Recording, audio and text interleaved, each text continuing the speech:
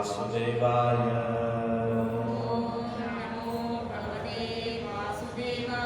ओम नमो भगवते वासुदेवाय।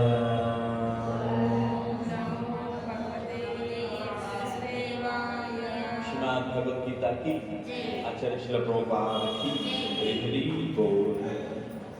So today we are explaining from 6th chapter 28, 29, 31. So నిన్న కొన్ని శ్లోకాలు చెప్పుకున్నాం, చాలా డీప్గా చెప్పుకున్నాం, చాలా మంది మిస్ అయ్యారు.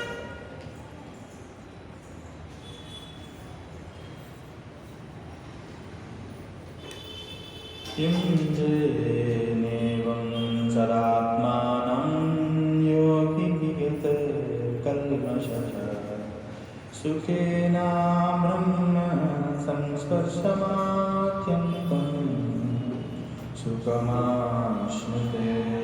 ఆ విధంగా ఆత్మనికరుడైన యోగి నిరంతరము యోగం అభ్యసించుతూ సమస్త భౌతిక కల్మషముల నుండి విముక్తుడై భగవానుడి దివ్యమైన ప్రేమ యుక్త సేవయంలో అత్యంతమైన సౌఖ్యమును పొందిను. సో నైస్ శ్లోక చూడండి.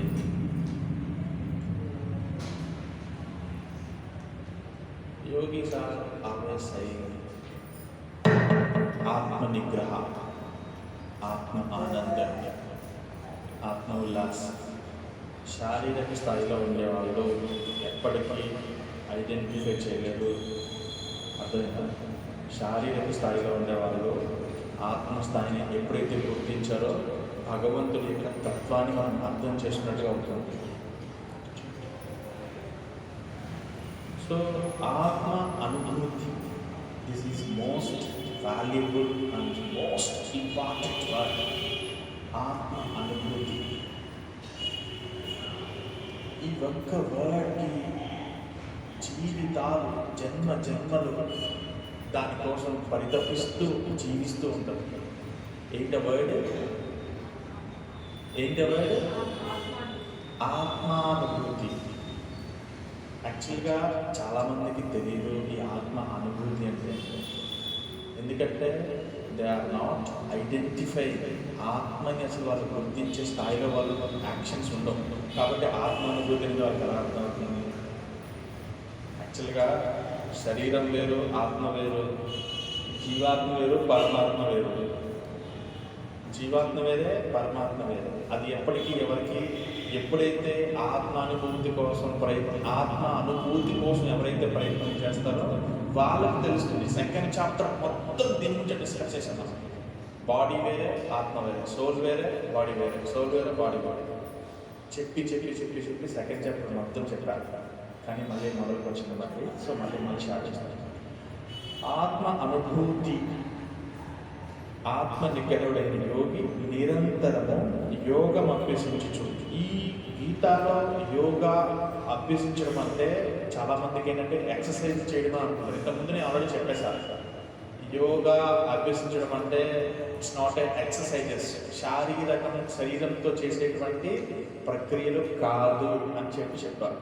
స్పిరిచువల్ సైన్స్లో యోగా అనేది ఏంటి అంటే భగవంతుడితో సంబంధాన్ని ఏర్పరచుకొని, మళ్ళీ చెప్తున్నాను, భగవంతుడితో సంబంధాన్ని ఏర్పరచుకొని భౌతికమైన క్రియల పట్ల వైరాగ్య స్థితిలో భగవంతుడితో సంబంధాన్ని ఏర్పరచుకొని భక్తిని చేసే ప్రాసెస్ని యోగం అంటారు. అర్థమైందా? ఉపవాసం అంటే గ్రెయిన్స్ అప్పుడే వర్జించడం కాదు. గ్రెయిన్స్ అంటే నవధాన్యాన్ని ఒకటి తీసుకోకుండా ఉండడం కాదు ఉపవాసం. అదేంటి వర్షం మీకు ఉపవాస? భగవంతుడికి అత్యంత సాన్నిహిత్యంగా ఉండడం, భగవంతుడితో సంబంధాన్ని ఏర్పరచుకోవడానికి ఉపవాస అంటే భగవంతుడికి అత్యంత దగ్గరగా ఉండడం.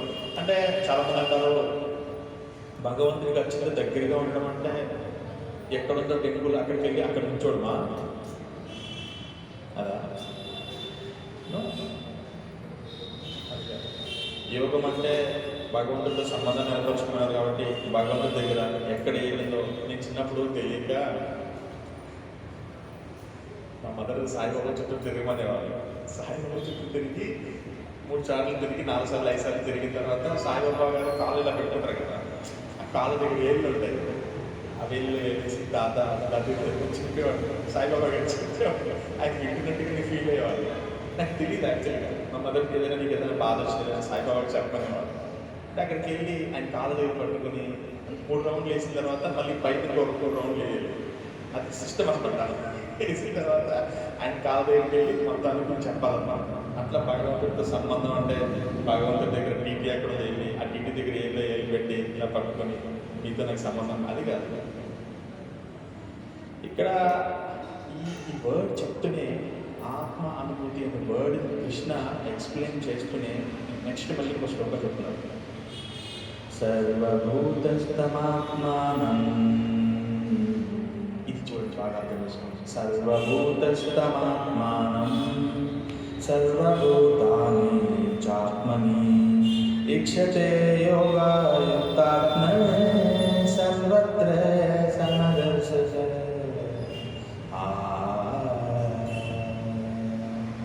ఇందుగలడు అందు లేడని సందేహముగలు, ఎందు వెతికినా అందంతే కలవాడు అనే ఎవరికి వెనకడికి ఏదో చెప్పిన ఆ ఒక్క శ్లోక మీనింగ్ని అర్థం చేసుకుంటే భగవంతుడు నేను చెప్తున్నాను. భక్తి యోగం ప్రాక్టీస్ చేయడానికి ఈ శ్లోకాన్ని నేను డీకోడ్ చేసినప్పుడు, దీన్ని రెండింటిని దగ్గర పెట్టి ఈ శ్లోకాన్ని అర్థం చేసుకోవడానికి ప్రాక్టీస్ చేసినప్పుడు భక్తి యోగం ఏమో ఒక టీటీ దగ్గర పెట్టుకొని చూడండి అర్థం చేసుకోండి బాగా. భక్తి యోగం మొత్తం ఏం చెప్తుంది? ఒక చోట భగవంతుడు ఉన్నారు, అక్కడ డ్యూటీ ఉండింది, మీరు సర్వీస్ చేయండి అని చెప్తుంది. కానీ ఇక్కడ ఏం చెప్తున్నారు? సర్వభూతాత్మానం సర్వత్ర, ఇక్కడ ఉన్నారు అక్కడ లేదు అని ఉండదు. నిజమైన యోగి ఇచ్చుడు బాగా అర్థం చేసుకోండి. నిజమైన యోగి నన్ను సర్వజీవులు ఎందు, హూమే రియల్ యోగి అంటే ఎవరైతే అంటే ఈ శ్లోక నేను దీని గురించి బాగా ఆలోచించినప్పుడు, అంటే నా ఎక్స్పీరియన్స్ చెప్తున్నాను, నేను బాగా డీప్గా వెళ్ళి ఆలోచించినప్పుడు నాకు అర్థమైంది ఏంటంటే విశుద్ధాత్మ అంటే సాధువు, భక్తి సిద్ధాంత సరస్వతి మహారాజ్, యశి భక్తి వేదాంత స్వామి శిల ప్రభుపాదులు వాళ్ళు అలా చూడగలుగుతారు దాన్ని.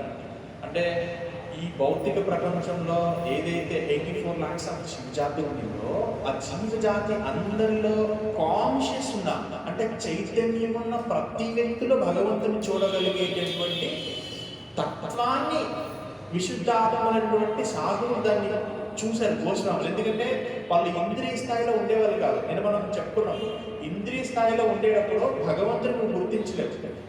ఈ పాయింట్ చెప్తూనే భగవంతుడు ఇంకొక కాన్సెప్ట్ చెప్తున్నారు. జీవాత్మ వేరే. మళ్ళీ మీరు అనుకుంటారు అంటే ప్యాంట్ కనుక మీకు ఏదైనా వారణాసికి వెళ్ళినప్పుడు అహం బ్రహ్మాస్మి అనే టైపులో నేనే భగవంతుని అనే భావనలోకి వచ్చేస్తాను. మళ్ళీ అంటే అందరిలో భగవంతుని చూడటం వేరే, నువ్వే భగవంతుని అనుకోవడం వేరే. ఈ డిఫరెన్స్ తెలుసుకోవాలి, లేకపోతే ఇక్కడ మిస్కన్సెప్షన్స్ వస్తాయి. ఒకే చెట్టు మీద జీవాత్మ ఉంటుంది, పరమాత్మ ఉంటుంది. అర్థమైందా? ఒకే చెట్టు మీద జీవాత్మ పరమాత్మ. ఈ శరీరంలో జీవాత్మ ఉండింది, పరమాత్మ ఉన్నారు. పరమాత్మ అన్ని జీవరాశిలో ఉంటారు, జీవాత్మ అన్ని శరీరంలో ఉండరు. This is the difference between పరమాత్మ అండ్ జీవాత్మ. పరమాత్మ ఏదైతే కాన్షియస్ ఉండిందో అన్ని కాన్షియస్ ఆఫ్ పీపుల్లో పరమాత్మ ఉంటారు. ఒకటే అంశ, కృష్ణ అంశ, మొత్తం అంశాలు ఉంటారు. దట్ ఈస్ పరమాత్మ. జీవాత్మ ఏ శరీరంలో తీసుకున్నావో ఆ శరీరం మాత్రమే జీవాత్మ పరిమితం. This is the difference. ఇది అర్థం చేసుకోకుండా నేనే భగవంతుని భావిస్తాను. నీ శరీరం విడిచిపెట్టిన తర్వాత నీ జీవాత్మ ఏమైంది? ఇంకో శరీరం వెతుక్కుని వెళ్ళిపోతుంది. మరి నువ్వు ఎలా భగవంతుడు అవుతావు? దిస్ ఆర్ డిఫరెన్స్ ఉంది. జీవాత్మ వేరే, పరమాత్మ వేరే. ఇది తెలుసుకున్నప్పుడు యు ఆర్ ద రియల్ యోగి అని చెప్తారు. అర్థమైందా మీకు? కృష్ణుడికి అర్థమైందా? ఒక శరీరంలో అంటే ఎవరైతే నీ ఏదైతే చైతన్యం ఉండిందో అది ఓన్లీ హ్యూమన్ బీయింగ్సే కాదు. అందుకే ఇక్కడ ఏం చెప్తారంటే ఆచార్య ఒక చాలా చాలా చాలా ఘాటుగా వాడతారు ఎక్స్ప్లెనేషన్స్. భగవంతుడు ఒక పందిలో ఉండేటువంటి లోపల కూడా పరమాత్మ ఉన్నారు, బ్రాహ్మణ యొక్క హృదయంలో కూడా పరమాత్మ ఉన్నారు అని చెప్తారు. ఎందుకు ఈ వర్డ్ ఈసారి నాకు అర్థం ఆశ్చర్యం, ఎందుకంటే అంత క్లియర్గా అర్థం కావాలి. ఎందుకంటే కొన్ని మనం జీవరాశిని చూసిన ఏదైనా సంథింగ్ పాములు కానీ ఏదైనా క్రిప్చర్స్ ఏదైనా చూసినప్పుడు మనం అంటే you are the Krishna conscious people. మీరు కృష్ణ చైతన్యంలో ఉంటే కొన్ని జీవరాశుల్ని హేయంగా కొంతమంది, ఇప్పుడు కుమారపురం అటు తిరుగుతూ ఉంటాం. కొంతమంది నేను వర్క్ చేపిస్తూ ఉంటాను మా ఇంటి దగ్గర. ఆయన చెప్తాను, నేను చిన్నప్పుడు ఇప్పుడు స్కూల్కి వెళ్ళేవాడిని, అది గౌడీ మఠంలో ఒక ఆయన ఉంటాడు ఆడుతూ ఉంటాడు. ఆయన గుర్తుపెట్టుకున్నాడు, ఎవ్వరు గుర్తులేదు ఆయనకి. విషయం అర్థం చేసుకోండి, ఆయనకి ఎవ్వరు గుర్తులేదు. గౌడీ మఠంలో కుమారపురం ఒక్కరే గుర్తున్నారు. ఆయన ఉంటాడు కదా, నమస్కారం పెట్టి సెకండ్ ఆయన గుర్తుపెట్టుకున్నాడు. అంటే ఇది బాగా అర్థం చేసుకోవాల్సింది ఏంటంటే కుమారుడు గుర్తుపెట్టడం లేదని కాదు. అందరి జీవరాశిలో జీవాత్మ వేరే, సపరేట్గా పరమాత్మ వేరే ఉంటారు. దీన్ని అర్థం చేసుకునే స్థాయి మనలో ఉండేటప్పుడు ఇవాళ ద రియల్ యోగి అని చెప్తున్నారు. అని ఇంకేం చెప్తారంటే, నన్ను సర్వజీవులు ఎందు ఏదైతే కాన్షియస్ ఉండిందో అన్ని కాన్షియస్ ఆఫ్ జీవరాశిలో పరమాత్మ ఉన్నారు అని భావించి నువ్వు చూడడం లేదు. ఇప్పుడు డీటీకి వెళ్ళి డీటీ దగ్గరికి వెళ్ళాలి, శ్రీమూర్తి ఉన్నారు కదా, అక్కడ రాధారాణి కృష్ణ ఉన్నారు. అక్కడికి వెళ్ళి నువ్వు చూసావు, అక్కడికి వెళ్ళి చూసావు. ఇప్పుడు ఈ వచ్చింది, ఇక్కడికి వెళ్ళి నువ్వు చూసావు. దీన్ని ఏం చేస్తావు? ఎక్కుతావు, తొక్కుతావు, అన్నీ చేస్తావు. అక్కడికి వెళ్ళి ఏం చేయగలుగుతావా? కానీ యు ఆర్ ద యోగి అని అనిపించినప్పుడు నువ్వు డీటీ డెకరేట్ చేసే వ్యక్తి దగ్గరికి వచ్చి అతను భగవంతుడే ఉన్నారు అని నిజంగా అది పట్టుకుంటున్నప్పుడు నేను అంటే శ్రీమూర్తి సర్వీస్ అనేది చెప్తున్నాను. డీటీ సర్వీస్ చేస్తున్నప్పుడు కొన్ని రోజులు సర్వీస్ చేయగానే వాళ్ళకి ఒకలాంటి మెకానికల్ ఫీలింగ్ వచ్చేస్తుంది. నేను ఒక స్టోన్కి చేస్తున్న ఫీలింగ్ వచ్చేస్తుంది. అడ్వాన్స్ డెవోటీస్ ఏం చేస్తారంటే నాలెడ్జ్ అదే అంటాం. జ్ఞానం ఎప్పుడైతే ప్యూర్ నాలెడ్జ్ మనం ఎప్పుడైతే తీసుకుంటామో భగవంతునికి సర్వీస్ చేస్తున్న భావన వల్ల ఉండాలి. అలా కాకుండా ఎక్కువ కాలం సర్వీస్ చేస్తే జ్ఞానం లేకుండా మనం ఇంట్లో కూడా చూడండి, కావాలంటే మీరు కొంతకాలం పొద్దున్నే నేను సంథింగ్ ఏదో ఒక గ్రేట్ కాన్సెప్ట్ చెప్పాను. మీరు పొద్దున్న లాగానే 3 అగరబత్తులు పెట్టుకోవాలి, హారతి వెలిగించాలి, ప్రసాదం పెట్టాలి. నమాం విష్ణుపదాయ కృష్ణప్రసాదూతలి శుభదే భక్తి వేదాంతం స్వామి నీతి నామినే నమస్తే శారస్వతీ దేవి పూర్వాణి ప్రచారిణే విశేష శూన్యవాది పాచ దేశధారిణే प्रेम से कहो जय श्री कृष्ण चैतन्य प्रभु नित्यानंद श्री अद्वैत गदाधर शिवाचार्य गौर भक्त वृंद. ఈ మంత్రం అంతా చదివి మీరు ఆఫరింగ్ చేయమని ఫస్ట్ లో చాలా ఎంతూసియాస్టిక్ గా స్నానం చేసేసి ఇదంతా చక్రం వేసేసుకుని చక్కగా ఆఫరింగ్స్ అని బాగా చేస్తారు. అలా కొన్ని రోజులు చేయంగా ఏమవుతుందంటే నన్ను ఎవరు చూడట్లేదు కదా, ఎవరు చూడడానికి ఆఫరింగ్ ఏంది చేసేది ఏంటి, నోట్లు వేసుకుంటే బాగా. నేను రీసెంట్గా ఇది ఎక్స్పీరియన్స్ చేశాను రీసెంట్గా. అందుకనే నాలెడ్జ్ మనల్ని నడిపిస్తూ ఉంటుంది. సాధువు శాస్త్ర తల్లిదండ్రులను ఎందుకంటారంటే, సాధువు మనల్ని ఏదైనా తప్పు చేస్తున్నప్పుడు శిక్షిస్తారు, శాస్త్రం మనల్ని తల్లిలాగా నడిపిస్తుంది. సాధువు శాస్త్రం 2 ఇంపార్టెంట్. ఈ 2 లేకుండా మనం జీవించడం చాలా కష్టం. మనం ఎప్పుడైతే ఈ ప్యాషన్ లాంటి జీవితాన్ని జీవిస్తున్నామో, ప్యాషన్ అంటే నేను జపం చేస్తున్నప్పుడు ఎవరన్నా చూడాలి. ఇంటి దగ్గర జపం చేయరు చాలామంది, మీరు గమనించండి. నేను చాలా టెంపుల్స్లో చూసా, ఇంటి దగ్గర జపం చేయరు. ఇంటి దగ్గర జపమాలు లేకుండా దండానికి ఉంటుంది, గుళ్ళోకి రాగానే జపమాలు తెచ్చుకుంటారు లాగా. నిజంగా అంటే వాళ్ళు ఎక్కువ రోజుంటే ఇంట్లో కూడా గుళ్ళో కూడా చేయొచ్చు, తప్పలేదు. కానీ కొంతమంది, అందరికీ మనం ఒకే కట్టుకోవాలి. నేను ఇస్కాన్ టెంపుల్స్లో చాలా మంది చూశాను, వాళ్ళు ఇంటికాడ మాత్రం జన్మాలు పట్టుకోవాలి. అసలు ఊళ్ళోకి రాగానే హరే కృష్ణ హరే కృష్ణ కృష్ణ కృష్ణ ఎవరు చూస్తున్నారు లేదా నన్ను అని చెప్పి చూస్తూ ఉంటారు. ఎవరు చూసారు చూసే వరకు జపం చేస్తూనే ఉంటారు. అలా కొన్ని రోజులకి మనల్ని ఎవరు చూడట్లేదు, మనల్ని ఇగ్నోర్ చేస్తున్నారు అని ఫీల్ అయినప్పుడు జపమాల స్లోగా పెడతారు, తర్వాత స్లోగా పెడతారు, తర్వాత స్లోగా లోపల పెడతారు, తర్వాత పండుగ పెడతారు. అందుకే నేను చెప్తాను, ఎవరి కోసం చేయకూడదు, మన ప్యాషన్ కోసం చేయకూడదు, నీ కోసం నువ్వు చేయాలి. అందుకే నేను ఎప్పుడు జపం చేసుకుని చూసాను, మీరు ఎప్పుడన్నా ఛాన్సే లేదు, ఛాన్సే లేదు. ఎందుకంటే నేను బిఫోర్ 9 నా రౌండ్స్ అయిపోతాయి. నేను ఎక్కడున్నా, ప్రపంచంలో ఎక్కడున్నా, నేనంటూ బ్రతుకుంటే 9 గంటల్లో మా సరికి ప్రామిస్ చేశాను, 9 గంటల్లో నా జపం అయిపోతుంది. మార్నింగ్ 9 o'clock అయిపోద్ది అయిపోద్ది అంతే. ఒక 2 రౌండ్స్ పెంచామనుకోండి, ఒక 10 నిమిషాలు ముందుకు వస్తాం. ఒక 5 రౌండ్స్ పెంచామనుకోండి, అరగంట ముందుకు వస్తాం. అంతేగాని 9 దాటితే చెప్పడం లేదు నాకు. లేదు మా సార్ చెప్పారు, నాకు చచ్చిపోదు కావాలంటే, కానీ జపం చేస్తాం అంతే. నాకేం అనవసరం. ఎక్స్ప్లెనేషన్ నాకు చెప్పొద్దు అంటారు సార్ మా గురుగారు. అస్సలు నేను విన్నాను, నాకు ఎక్స్ప్లెనేషన్ చెప్పొద్దు. 9 o'clock మెసేజ్ చేయాలి సార్, కంప్లీట్ మై రౌండ్స్ అంటారా, లేకపోతే ఇంకా రోజు అది సిస్టమ్. మనము ఏదో ఇలా గుర్తు అటు ఇటు చేస్తూ అసలు దీనికి దానికి కాన్సెప్ట్ ఏంటంటే ఉండి ప్యాషనెట్గా జీవించినప్పుడు, ప్యాషన్గా మనం ఎవరో మనల్ని చూడాలి, మనల్ని గుర్తించాలి అని భక్తి చేస్తున్నప్పుడు మెకానికల్ లైఫ్లోకి వెళ్ళిపోతాం. మెకానికల్ లైఫ్లోకి ఎప్పుడైతే ఎంటర్ అయ్యామో, ప్యాషన్తో మనం ఎప్పుడైతే జీవిస్తున్నామో, అప్పుడు భౌతికమైన వాటి పట్ల మనం బంధాన్ని ఏర్పరచుకుంటాం. గుళ్ళోకి వచ్చి కూడా అదే పనులు చేస్తూ ఉంటాం. నీకేంటి, ఏం కావాలి, నాకు ఇది కావాలి, నీకేంటి, ఇదే పనులు చేస్తాం. మనం వచ్చిందే ఆధ్యాత్మికంగా అడ్వాన్స్ అవ్వడం కోసం. నేను ఎప్పుడు చెప్తూ ఉంటా, ఎప్పుడు రిమైండ్ చేస్తూ ఉంటా, గుళ్ళోకి వచ్చినప్పుడు ఏమి మాట్లాడకూడదు, ఏమి చేయకూడదు. మనం భక్తి చేసుకోవాలి, శాస్త్రాలు వినాలి, జంప్ అంటే నాలెడ్జ్ నేర్చుకుని వెళ్ళిపోవాలి.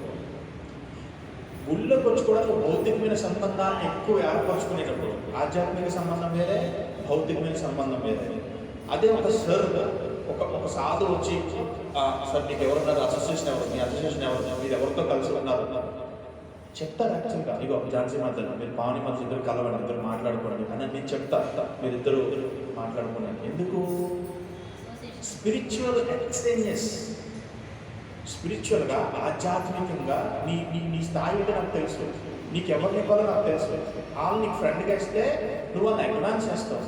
అలా కాకుండా నీకంటే లో స్థాయి వాళ్ళు నువ్వు ఎన్నుకున్నావు అనుకో, నీ ఇంటికి ఓకే వాళ్ళని ఎన్నుకున్నావు అనుకో, వాళ్ళు ఏం చెప్తారు, ఝాన్సీ మాత జయ, ఝాన్సీ మాత జయ అని చెప్పి నీకున్న భక్తి మొత్తం నాశనం చేస్తారు. అందుకే స్పిరిచువల్గా మనం అడ్వాన్స్ అవ్వాలంటే మనం ఎవరి అసోసియేషన్ తీసుకోవాలో కూడా గురువుని అడగాలి. ఇది శిక్షణలో భాగం. మీరు అనుకుంటారు సార్ ఏం సార్ ఇలా అంటే ఇది కరెక్ట్. నేను మా సార్ దగ్గరికి వెళ్ళినప్పుడు నేను ఎవరితో అసోసియేట్ అవ్వాలని అడిగాను. నేను సార్ నాకు ఎవరైనా ఫ్రెండ్ని ఇవ్వండి, అంటే నాకు ఎవరైనా స్పిరిచువల్, నాకు ఒక గైడ్లైన్స్ కావాలి, నాకు నేను ఏదైనా ఎక్సర్సైజెస్ చేసుకోవాలి, ప్లీజ్ నాకు ఎవరైనా ఒకటి ఇవ్వండి అంటే ఒక ఆయన ఇచ్చారు. హైదరాబాద్లో ఉంటారు ఆయన, సాఫ్ట్వేర్ హైయర్ సాఫ్ట్వేర్ ఇంజనీర్. ఆయన ఇచ్చారు. ఆయన ఎప్పుడు బిజీగా ఉంటాడు, నాకేమో డౌట్స్ వస్తూ ఉంటాయి, ఆయన దొరకడు. ఎందుకు ఈయన ఇచ్చారు నాకు అర్థమైంది కాదు. ఆయన గురించి ఆయనేమో దొరకడు, ఫోన్లో ఏమో ఎత్తడు. కానీ ఆయన ఫ్రెండ్కి ఇచ్చారు, సార్ చెప్పారు కదా అన్నీ అడగకూడదు, ఆయన అడగాలి. ఆయనేమో దొరకడు. ఆయన నాకు డౌట్ వచ్చినప్పుడల్లా ఫోన్ చేసి అడిగారు, ఆయన ఫోన్ ఎత్తడు. దాని గురించి ఆలోచించి నాకు రిజాల్వ్ అయిపోతూ ఉంటాయి. నాకు అప్పుడు అర్థమైంది, కొన్ని సంవత్సరాల వరకు అర్థమైంది ఈయన నాకు ఎందుకు ఇచ్చారు. అందుకే నేను అనుకున్నాను ఆయన ఫోన్ కావాలని ఎత్తట్లేదట. సార్ చెప్పారంటే ఆయన ఫోన్ చేస్తే నేను ఎత్తట్లేదు.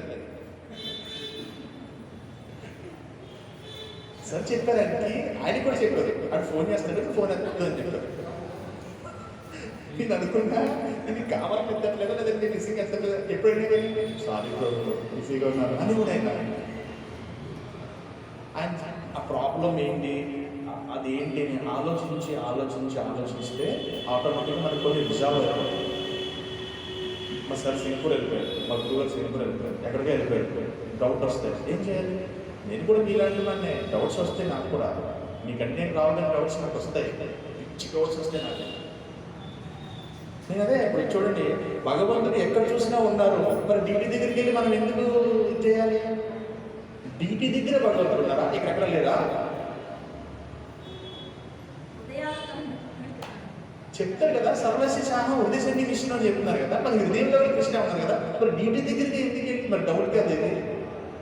మరి ఈ శ్లోకాన్ని ఆ శ్లోకాన్ని 15th chapter 14 శ్లోకాలు అయిపోవచ్చేస్తాయి. సర్వస్య శాహం హృదయ కృష్ణ అని చెప్తున్నారు ఇక్కడ.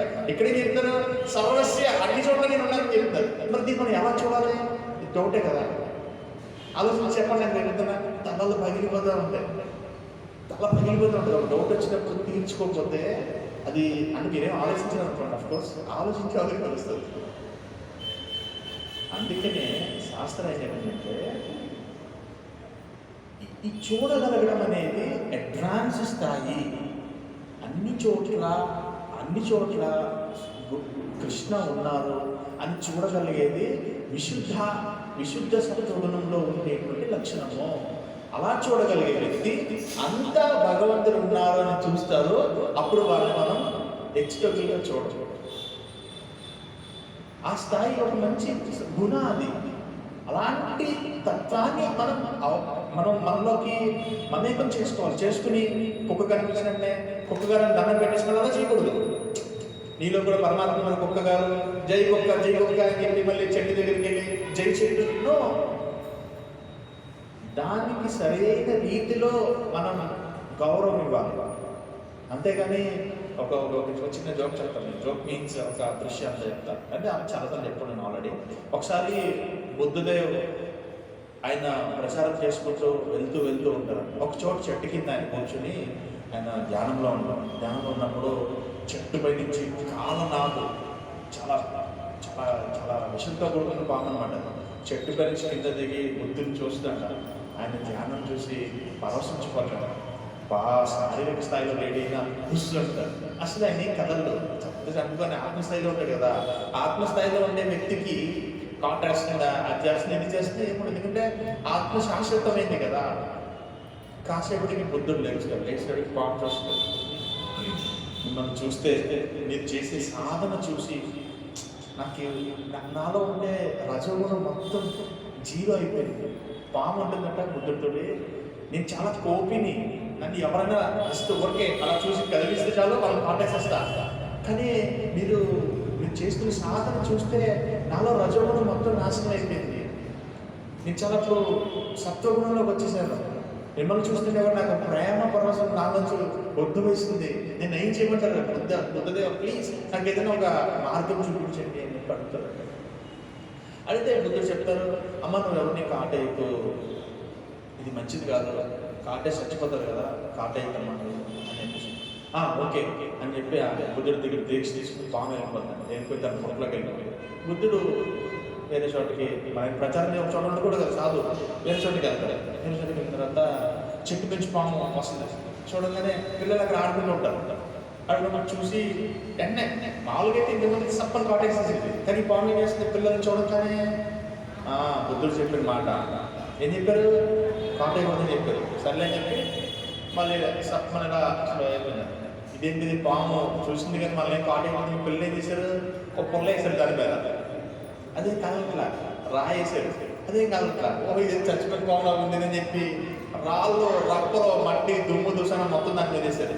దానికి మొహం నిండా రక్తం, భయంకర రక్తం. పిల్లలందరూ 4-5 ఇంటికి వెళ్ళిపోయారు. ఈ పాము బుద్ధుడు కాలు పడిన ఎక్కడానికి పక్కకు వెళ్ళిపోయారు కదా. ఆ పాపం ఏడుతూ ఆ పక్కకు కూడా వెళ్ళిపోయారు. మళ్ళీ సాధన చేసుకుంటాడు. చెట్టు కింద కూర్చుని ఆడికి వెళ్ళి ఎంత పని చేసావయ్యా, హ్యాపీగా బతుకుతావు, నేను ఎంత పని చేసావు, నన్ను కాటేయద్దని చెప్పించాను నా చేత. నేనేం కాటేయకుండా నా చూడు, నా మొహం నిండా చూడు, రక్తం చూడు, అది చూడు ఇది చూడు అని చెప్పి పాము మొత్తం చెప్తుందంట బుద్ధుడికి. అమ్మా నేను ఏం చెప్పాను, కాటేయద్దని చెప్పారు కానీ పుసుకొట్టద్దని చెప్పలేదు కదా, నీకు పుసుకొట్టద్దని చెప్పలేదు కదా, నువ్వు బుస్ అన్నావు కాటేస్తావని చెప్పి పక్కకి వెళ్ళిపోతారు కదా. నీ సహజ లక్షణాన్ని నువ్వు అనుకోకూడదు. అది అంతేగాని పాము కనిపిస్తే జైపాము పాలు పోసి గుడ్లు పోసి అనుకో, పాము ఊపిరాడకి చచ్చిపోయేది సార్. నేను చూశాను యాక్చువల్గా మొన్న ఏదో గణకాల్లో చూశాను. నాగుల చవితి రోజట ఎక్కువ పాములు చచ్చిపోతాయి. యాక్చువల్గా ఇది వరకు నాగుల చవితి అంటే అసలు నాగుల చవితి ఎందుకు చేసేవాళ్ళు అంటే పాములకి సరైన ఫుడ్ ఉంటుందో ఉండదని పెద్ద దాన్ని ఒక తిదిగా పెట్టి దానికి గుడ్లు పాలు అవన్నీ పోసేవారు. రాను వాడు ఏం చేస్తారంటే కోడిగుడ్లు దిగి దాంట్లో వేయడం వల్ల ఈ పొట్టలు అవన్నీ చుట్టూరు ఏం చేస్తారంటే ముగ్గు పోస్తారు. మా మదర్ ఏం చేస్తారంటే దాన్ని శుభ్రంగా చేపించింది, గట్టి మొత్తం కొయిపించి ఆ పొట్ట మీద మా ఫాదర్ చేత దానికి ఒక ముగ్గేసి చుట్టూరు అటు ఇటు ముగ్గేసి ఒక 5-6 కోడిగుడ్లు బలమైన కోడిగుడ్లు దాంట్లో పాలు పోస్తుంది. వెనకాల ఏం చేస్తారంటే, అంటే నేను మెన్షన్ చేయకూడదు, సమ్ లేబర్ సంథింగ్ వాళ్ళు ఉంటారు కదా, వాళ్ళు ఏంటంటే గుడ్లు కోసం ఒక ఇంత కొనుక్కోడి తీసుకొచ్చి పాము తవ్వేసి ఆ పొట్టను మొత్తం తవ్వేసి గుడ్లు మొత్తం దేంట్లో వేసుకుని పాము కనిపిస్తుంది చంపేసి పొట్లు వేసుకుని పోతారు. దాన్ని బతుకుతామంటే కావాలని ముగ్గేసి వాడిని వెతుక్కోవడం అన్నమాట. వెనకాల వాడేమి వెతుక్కోడు, ఎక్కడ ముగ్గు ఉందో చూసుకుని ఆ ముగ్గు మీద తగలుతాడు. అదా చదివి అదా మీకు తెలియదు నిజంగా. This is very practical. అంటే మీరు సిటీస్లో ఉంటారు కాబట్టి మీకు ఇదేమో అర్థం కాదు. పల్లెటూరులో వెళ్ళారనుకో గుడ్డు కోసం కాదు, కనీసం గడ్డి కోసం కూడా దొంగతనం చేస్తారు అక్కడ పల్లెటూరులో. నిజం. సిటీస్లో ఎలా ఉంటుందంటే కొంచెం ఇదిగా ఉంటుంది. పల్లెటూరులో చెల్లగట్ల మీద, కాలువ గట్ల మీద ఇవన్నీ పొట్లన్నీ ఉంటాయి. నాగో చవితి రోజు పొద్దున్న లేపేసి మదర్ లేపేసి పద గుడ్లు వెళ్ళిపోదంటే నేను కూడా ఎడుతూ వెళ్ళేవాళ్ళు. తీరా చూస్తే మా వెనకాల వచ్చేవాడు, అన్ని పొట్లు తప్పేసి గుడ్లన్నీ దాంట్లో వేసుకుని వెళ్ళిపోయాడు, అమ్ముకునేవాడు. అదా దట్ ఈజ్ భక్తి, దట్ ఈజ్ గౌరవం, రెస్పెక్ట్. అందుకే ఇక్కడ ఏం చెప్తారంటే నిజమైన యోగి అన్ని జీవరాశుల్లో పరమాత్మను చూస్తారు. ఎవరైతే రియలిస్ట్ యోగి ఉన్నారో అన్ని జీవరాశుల్లోని భగవంతుని చూడగలుగుతారు. అన్ని జీవరాశులు జీవాత్మను కాదు, జీవాత్మ ఈ దేహానికి సపరేట్ ఉంటుంది. ఏదైతే కాన్షియస్ ఉందో, ఏదైతే చైతన్యం ఉందో, అందరి చైతన్యంలో భగవంతుని చూసి దాన్ని సరైన రీతిలో వాళ్ళు గౌరవిస్తారు. That is a real person. సమభావంతో చూస్తారు వారిని చెప్తారు. కానీ మనం ఏదైతే ఎప్పుడైతే నువ్వు అట్లాగా నువ్వు నిన్నగా వచ్చిన భక్తుడివి, నువ్వేమో 100 సంవత్సరాల చిన్న భక్తుడు అంటే ఏం లేదు. నువ్వు 100 సంవత్సరాల భక్తుడివి లేదు, నువ్వు 2 సంవత్సరాల భక్తుడు. Sincerity important. నువ్వు ఎన్ని సంవత్సరాల్లో భక్తి స్టార్ట్ చేసావు కాదు, నువ్వు ఎన్ని సంవత్సరాలు భక్తిలో ఉన్నావు కాదు. ఎవరైతే కృష్ణుడి పట్ల సిన్సియర్గా ఉన్నారో, అందుకే ఇక్కడ ఏం చెప్తారంటే నన్ను సర్వత్రా వీక్షించువానికి యో మాం పశ్యతి సర్వత్ర సర్వం చామయి పశ్యతి తస్యాహం న ప్రణశ్యామి చ మేన ప్రణశ్యతి. నన్ను సర్వత్రా వీక్షించువానికి మరియు నా యందు సమస్తమును గాంచువానికి నేను కనబడకపోవట కానీ నాకు అతడు కనబడకపోవట కానీ జరగదు అని చెప్తున్నాను. భగవంతుడిలో సర్వాన్ని చూడగలిగే వ్యక్తి. అర్థమైందా మీకు? అన్నింటిలో భగవంతుని చూడటం, భగవంతుడిలో అన్నింటినీ చూడటం. అలాంటి ఎవరైతే చూసే వ్యక్తి ఉన్నారో అతను విశుద్ధాత్మ. దాన్ని నోడవుతాం. అప్పుడు భగవంతుడు నేను చూస్తున్నారా లేదా క్లియర్ చెప్తారు. ఏం చెప్తారు? అతడు నాకు కనబడకపోవడం అనేది లేదు. ఎవరిలో అయితే ఇలాంటి భావం ఉండిందో, ఎవరిలో అయితే అలాంటి గుణం ఉండిందో, ఏంటి ఆ గుణం? అందరిలో పరమాత్మ చూడటం, పరమాత్మలోనే అందరినీ చూడటం. అంటే పరమాత్మలో అంతా చూడడం అంటే సూర్యుడి యొక్క ఎనర్జీ భగవంతుడు ఇచ్చారు, చంద్రుడి యొక్క ఎనర్జీ భగవంతుడు ఇచ్చారు, భూమి యొక్క ఎనర్జీ, భూమి తన గతిలో తను తిరుగుతుందంటే భగవంతుడి యొక్క ఇన్స్పిరేషన్స్ తోటే, భగవంతుడి యొక్క పవర్తోనే అన్ని తిరుగుతుంది. ముక్కోటి దేవతలందరూ భగవంతుడి యొక్క కన్ను సైకిలతోనే ఆదేశాలకి వాళ్ళు పనిచేస్తున్నారని భగవంతుడిలో అంతటిని చూడటం. Krishna is the ultimate, Krishna is the final అని ఎవరైతే అనుకుంటారో వాళ్ళు నాకు కనబడకపోవడం అనేది లేదు. వాళ్ళని 100% చూస్తానని చెప్తున్నారు ఇక్కడ. అతడు నాకు కనబడకపోవడం అనేది జరగడం. అంతటి నేను ఆలోచించిన వ్యక్తికి నేను వాళ్ళని చూడట్లేదు అనుకునే ఛాన్స్ లేదు. నేను కన్ఫామ్గా చూస్తాను. ఎందుకంటే అది దైవీ గుణాల్లో ఒక గుణం. అది భగవంతుడిలో అన్నింటినీ చూడడం అనేది దైవ అసురాన్ని 2 గుణాలు ఉంటాయి. అసుర అనే దైవ 2 గుణాలు ఉంటాయి. మీకు చాప్టర్ చదివినప్పుడు మీకు అర్థమవుతుంది. ఆ చాప్టర్ కోసం చూపిస్తాం మీకు చెప్తా క్లియర్గా. ఏ దుర్మార్గపు లక్షణాలు, ఏ మంచి లక్షణాలు, దైవ అసుర గుణాలు ఉంటాయి. అప్పుడు మీకు ఈ పాయింట్గా అర్థమవుతుంది. సో అలా ఎవరైతే నేను చూస్తారో వాళ్ళని 100% నేను వాళ్ళని గుర్తిస్తాను, వాళ్ళని కనిపిస్తాను. నాకు వాళ్ళతో నేను రిలేషన్షిప్ నాకు స్ట్రాంగ్గా ఉంది. అందుకే అలాంటి పర్సన్స్ మన యొక్క సాంగత్యం తీసుకుని సర్వజీవులు ఎందుకు గాంచు నిజమైన ఆత్మ తెలిసి అట్టి వ్యక్తి దేవాది దేవుడు నేను సర్వత్రా గాంచగలుగుతాడు. అలాంటి వ్యక్తులకు మనం అసోసియేషన్ తీసుకుంటే అంటే ఎవరు సరస్వతి మహారాజ్, ఎక్స్ప్రెస్ స్వామి శిలప్రభుత్వం, ఆచార్య యొక్క సాంగత్యం తీసుకోవడం వల్ల వాళ్ళు ఎందుకంటే అన్ని జీవరాశుల్లో సమర్థం చూసారు. ప్రభుపాద్ ఒకసారి అతను ప్రభుపాద్ చాలా కాస్ట్లీ వచ్చి పెట్టుకుంటాడు. ఒక దొంగ ఏం చేస్తారంటే ప్రభుపాద్ ఏ మీటింగ్ పెట్టినా కానీ ప్రభుపాద్ మీటింగ్ పెట్టిన ప్రతి చోటకైనా వస్తాడు ఎవరో దొంగ. ప్రభుపాద్ మీటింగ్ పెట్టిన ప్రతి చోటకి ఆయన వస్తాడు, ఆ దొంగ వస్తాడు. ఎందుకంటే ప్రభుపాద్ చాలా కాస్ట్లీ వచ్చి గిఫ్ట్ ఇస్తారు ఎవరో ఒకటి, ఆ వాచ్ దొరికితే వస్తూ ఉంటాడు అనమాట. ఈ కూర్చుంటాడు అక్కడ, ప్రభుపాద్ క్లాస్ చెప్తాడు. ప్రభుపాద్ దగ్గర వాచ్ అనుకుంటాడు, ఎప్పుడు వాచ్ తీసి పక్కన పెడతారా అంటే సంథింగ్ ఏదైనా ఉంటే డిస్టర్బెన్స్ లా ఉంటుంది. అందుకని ఏం చేస్తారంటే క్లాస్ స్టార్ట్ అయ్యేటప్పుడు ఇలా వాచ్ పక్కన పెట్టి టైం చేసుకుంటూ క్లాస్ చెప్తా ఉంటారు. ఎందుకంటే ప్రభుపాద్ 20 minutes కంటే ఎక్కువ చెప్పారు క్లాస్. అందుకని ఈయన ఎప్పుడు వాచ్ పక్కన పెడతారా, ఈయన ఎప్పుడు అజాగ్రత్తగా వాచ్ పెట్టారు, దొంగ ఎప్పుడు చెప్తుంటాడు. అలా 10 క్లాసులు 11 క్లాసులకి ప్రభుపాద్ వాచ్ చూడ, ప్రభుపాద్ చూడ, వాచ్ చూడ, ప్రభుపాద్ చూడ. ఆయన ఒక మంచి డిసైబుల్గా మారిపోతాడు. ఇప్పుడు ఒక కంట్రీకి ఆయన ఒక మహారాజ్. ఎందుకంటే అలాంటి వ్యక్తులకు కూడా ఆచార్య ప్రేమను పంచుతారు. అదే గురుతత్వం అంటే. ఎందుకంటే చైతన్య మహాప్రభు జగన్మాత మీకు తెలుసలేదు కానీ జగన్మాత అంటే భౌతిక ప్రపంచంలో వాళ్ళు చేయలేని పాపాలే లేవన్నమాట. ఏదైతే పాపాలు ఉన్నాయో అవన్నీ లిస్ట్ అవుట్ చేసి అవి బ్రేక్ చేసేవాళ్ళు. జగన్మాత కళ్ళు వాళ్ళు రాసుకునేవాళ్ళంట, ఏమేమి తప్పులు ఉన్నాయో రాసుకుని అవి బ్రేక్ చేసేవాళ్ళు. అలాంటి మూర్తి వాళ్ళు. చైతన్య మహాప్రభు నిత్యానంద మహాప్రభు వస్తున్నప్పుడు గురువంశ నిత్యానంద మహాప్రభు అంటే ఆయనకి కళ్ళు కూడలో సగం తాగి కళ్ళు కూడా వేసి కొడతారు నిత్యానంద మహాప్రభు. గురువుకి కొడతారు, కొడితే తలకు తగులుతుంది నిత్యానంద మహాప్రభు, తగిలితే రక్తం కారుతూ ఉంటుంది. చైతన్య మహాప్రభుకి తెలిసిపోద్ది అనమాట. ఎందుకంటే no difference between Chaitanya Mahaprabhu Nityananda మహాప్రభు.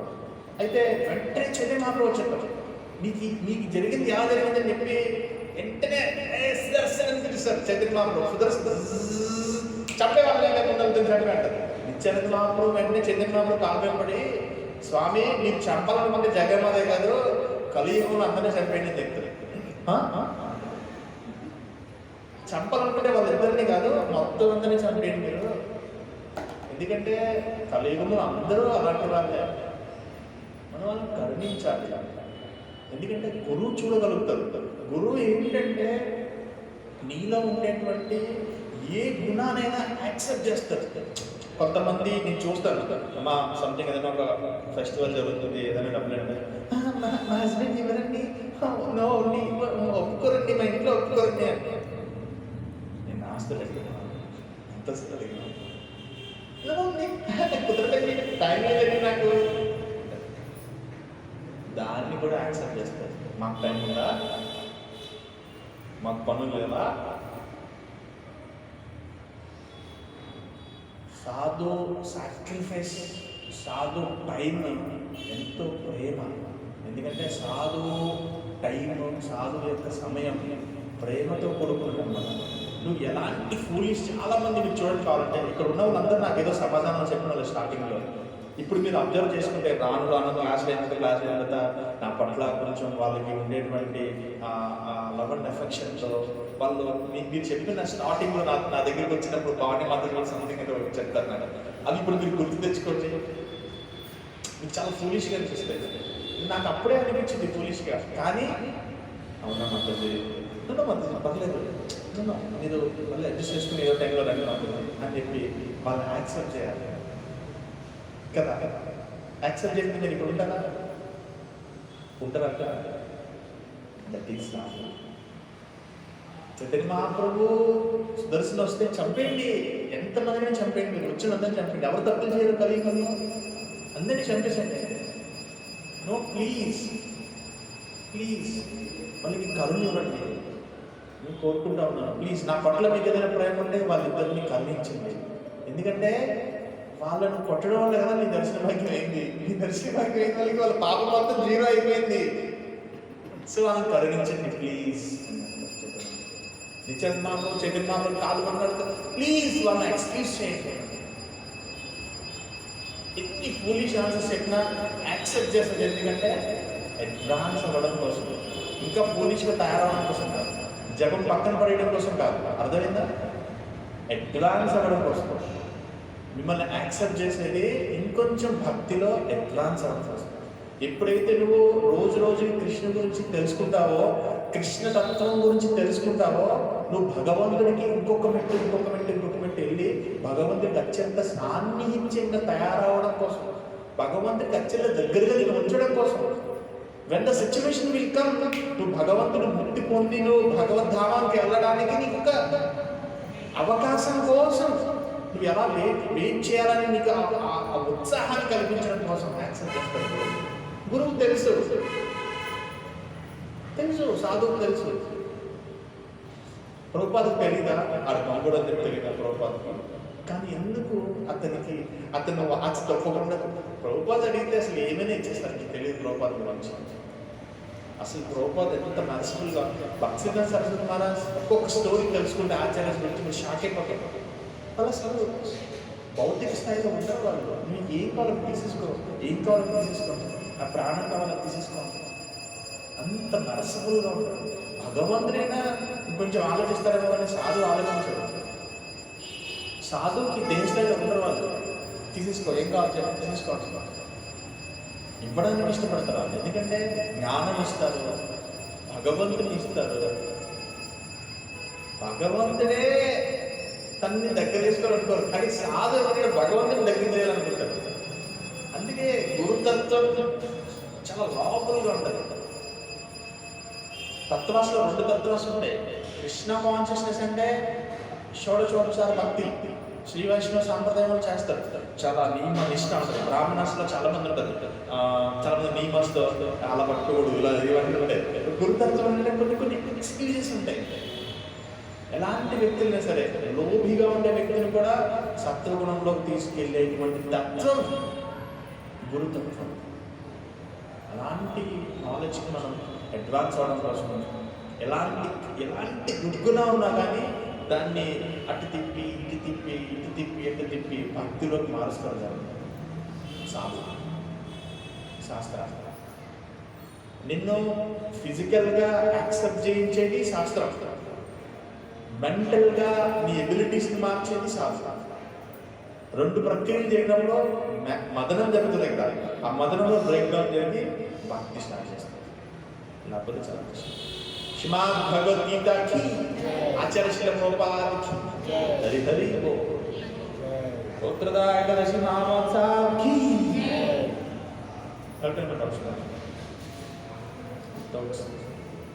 అర్థమైందా? సో మనకి బాగా అర్థం చేసుకోవాల్సింది ఏంటంటే, మనకి ఓకే రెగ్యులర్ నాలెడ్జ్ లాగా ఉంటుంది, కానీ ఒక 5-6 పాయింట్స్ టక్ మన హార్ట్ వెళ్తాయి, మీకు అర్థం కాదు. నేను ఎర్లీ డేస్లో స్టార్టింగ్ డేస్లో నేను తెలిసి తెలియక కూర్చుని విన్న క్లాసెస్ నాకు అప్పుడప్పుడు గుర్తుకొస్తూ ఉంటాయి. ఇక్కడ కూర్చున్నది ఏది మిస్యూజ్ అవుతుంది. మీరు అనుకుంటారు కదా, ఇక్కడ కూర్చున్నది వినింది ఏది మిస్యూజ్ అవుతుంది. When the situations will come 100% అది మీకు ఫోర్స్ఫుల్గా వచ్చేస్తాయి ఆ వర్డ్స్. శరీరం బాగలేనప్పుడు, భావన చేరుకోలేనప్పుడు సాధు వర్డ్స్ ఈ మైండ్లోంచి బయటకు వస్తాయి. నేను అగవడము రేపు వస్తాయి. అది మీకు ఇప్పుడు అర్థం కదా. సిచ్యువేషన్ వచ్చినప్పుడు తెలుస్తుంది.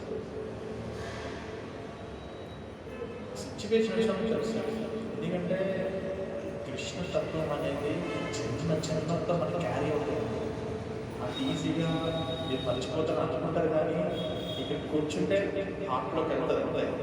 దాంట్లో మీకు అర్థమైనట్టు అనిపించినా అర్థం కానట్టు అనిపించినా హార్ట్లో అంతా స్టోర్ అయిపోయి, మైండ్లో అంతా స్టోర్ అయిపోయి.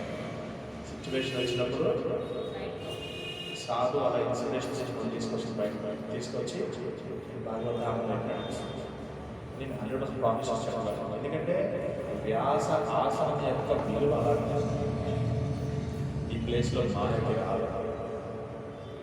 వ్యాసాసనం ఉండే చోట మాయ చోటు లేదు. ఎక్కడైతే మాయ లేదో అక్కడ భౌతికం లేదు, ఎక్కడైతే భౌతికం లేదో అక్కడ అంతా స్పిరిచువలైజ్ అయినది. స్పిరిచువలైజ్ ఏంటంటే ఆత్మస్థాయిలో ఉండేది. ఆత్మస్థాయిలో ఉండే వ్యక్తికి లోపలంతా స్టోరేజ్ అవుతుంది. ఎందుకంటే ఇది విశుద్ధ సత్వగుణం, నాట్ సత్వగుణం. మీరు వచ్చారు అంటేనే సత్వగుణం. సత్వగుణంలోనే మీరు ఉంటున్నారు అంటే ఆ స్థాయి విశుద్ధ సత్వం వెళ్ళండి. మీరు పడుకున్నా చేసినా ఏం చేసినా లోపల స్టోర్ అవుతూ ఉంటారు. సిచ్యువేషన్ వచ్చినప్పుడు అట్లా ఉంటుంది. ఓకే, రాధే కృష్ణ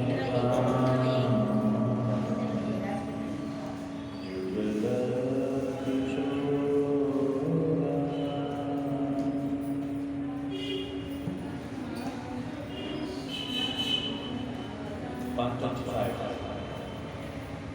జీవనే